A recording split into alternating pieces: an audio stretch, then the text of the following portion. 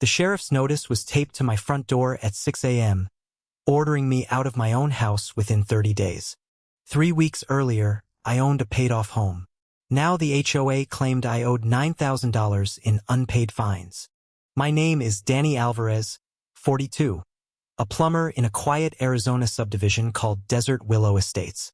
I moved here for my daughter, for a backyard, for peace. Peace, it turned out, wasn't part of the HOA package. Christina Marsh ran the board like her personal kingdom, and everyone on our street was terrified of her. It started small, a warning letter about my trash cans being out 2 hours early on a Tuesday. Then it was my lawn, unevenly mowed, according to Christina's clipboard inspection at 7 a.m. sharp.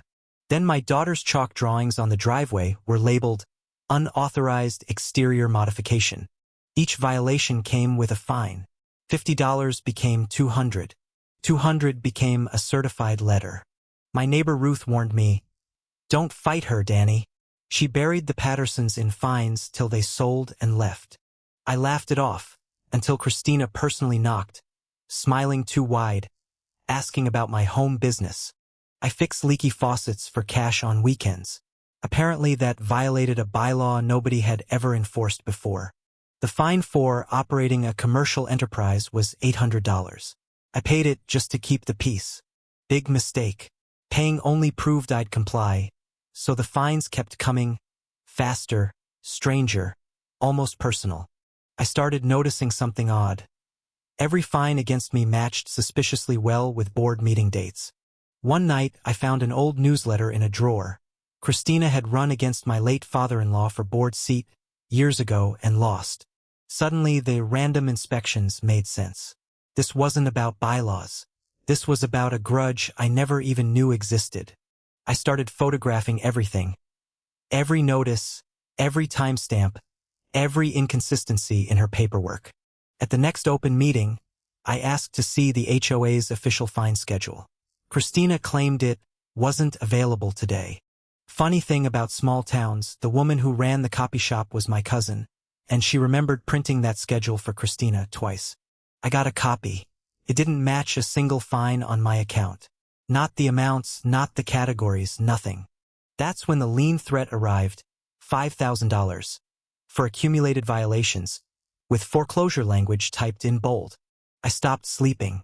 I kept picturing my daughter's room boxed up, her chalk driveway sold to strangers. Ruth showed up with sweet tea and a warning.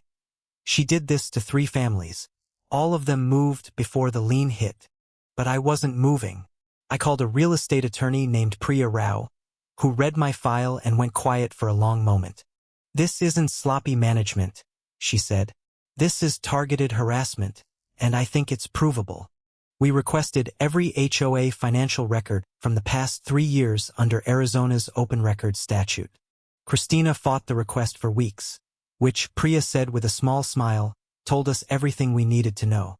When the records finally came, buried in spreadsheet tabs, I found something Christina never meant for anyone to see. Fines collected from residents weren't going to landscaping or the community pool fund. They were funneled to a private LLC. The LLC's registered agent was Christina's own husband, using an address 2 doors down from the clubhouse. In 3 years, administrative fees alone moved over $60,000 out of resident pockets into that account. My $800, Ruth's late fees, the Pattersons' moving costs, all of it quietly rerouted. We filed suit, not just to stop my eviction, but to expose the whole scheme to the entire neighborhood. At the emergency meeting, 40 residents packed the clubhouse, phones out, recording, furious. Christina tried her usual script: calm voice, condescending smile, misunderstandings, and clerical errors. Then Priya put the LLC documents on the projector, her husband's name highlighted in yellow. The room went dead silent, then erupted. Someone shouted, "That's my new roof money you stole, Christina." She tried to walk out. The county sheriff's deputy, invited just in case, stood by the door. Turns out diverting mandatory HOA fees into a private account isn't a bylaw violation. It's felony theft and fraud. Within a month, Christina was removed from the board by unanimous emergency vote, stripped of every title she'd hoarded. The state attorney general's office opened a criminal investigation into the LLC, freezing its remaining assets. My lien vanished. My violations were erased, and Christina now owed the HOA over $45,000 in restitution. Watching her walk out of that courtroom in handcuffs, past the very clubhouse she once ruled, felt like justice finally exhaling. I still fix faucets on weekends, legally, loudly, and right in my own driveway, chalk drawings and all.